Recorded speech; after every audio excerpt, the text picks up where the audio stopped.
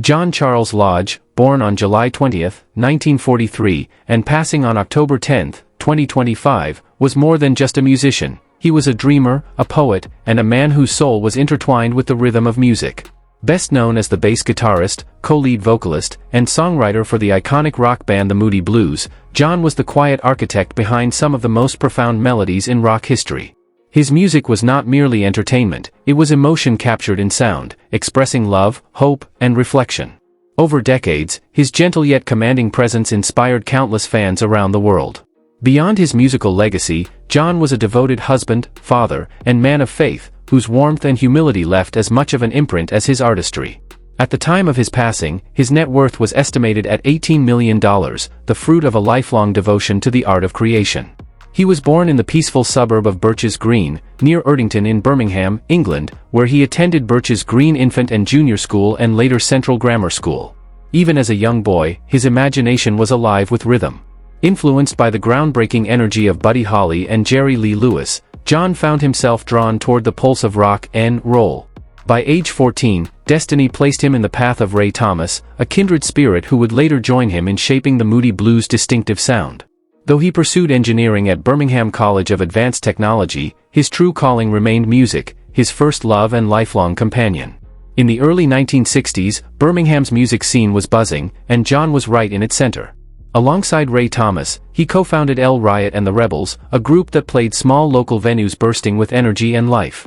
They often performed at the Tilbury Club, a place that saw them share the stage with rising legends like the Beatles and Jerry and the Pacemakers.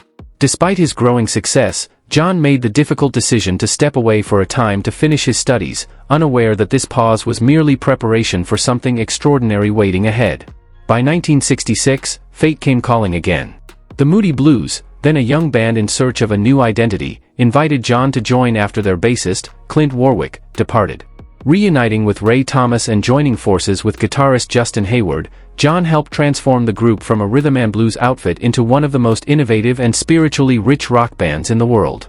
His contributions went far beyond his steady bass lines. He was a composer whose lyrics reflected the complexity and beauty of life.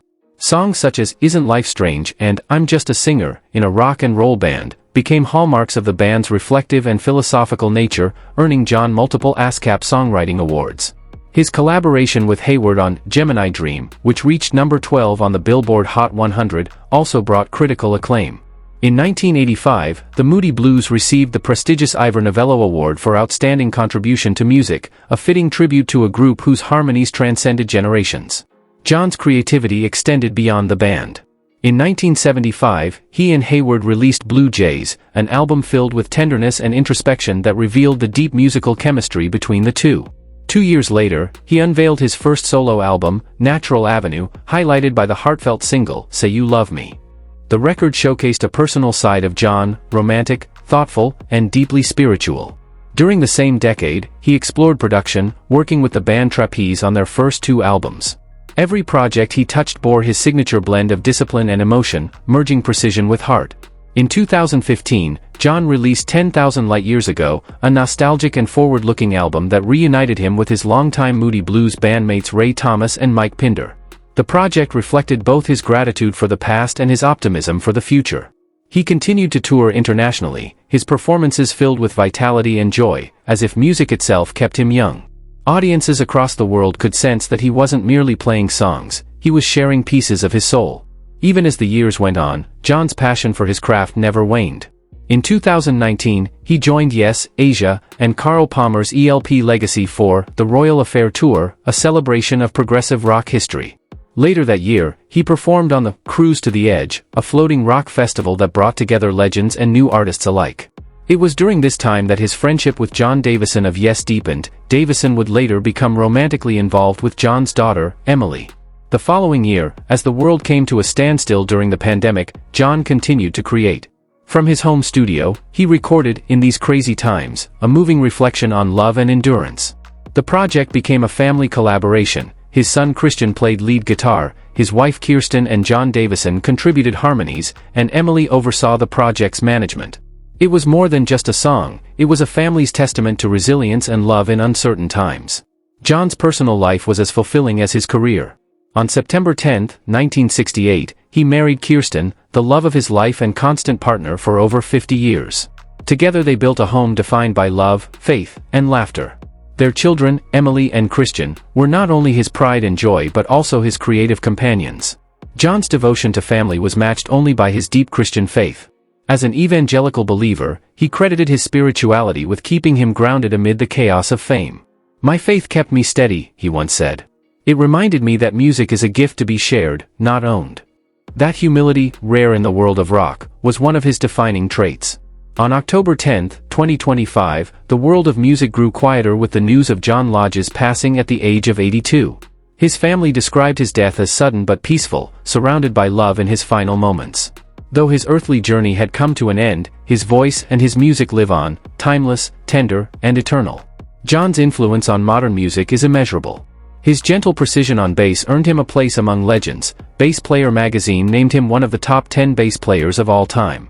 In 2018, he and the Moody Blues were inducted into the Rock and Roll Hall of Fame, acknowledging their profound impact on the evolution of progressive and symphonic rock.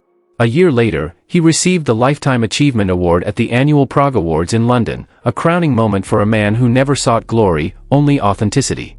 What made John Lodge truly special was his ability to merge intellect with emotion. His songs often explored life's mysteries, questions of love, purpose, and faith, wrapped in melodies that seemed to breathe. His artistry built bridges between music and philosophy, guiding listeners to introspection. He once said that music should speak to the soul, and indeed, his compositions continue to do just that. His voice still lingers in the haunting beauty of "Isn't Life Strange," the energy of "Ride My Seesaw," and the reflective tone of "I'm Just a Singer" in a rock and roll band. His work remains a reminder that the truest measure of greatness is not in fame, but in the hearts one touches. Through his songs, John taught the world that love, faith, and melody can outlast time itself. John Lodge's life was a gentle masterpiece, a testament to devotion, artistry, and grace. From the smoky clubs of Birmingham to the grand stages of the world, he carried himself with humility and purpose. Though his body rests, his music still dances through the air, a whisper of eternal harmony reminding us that true art, like true love, never dies.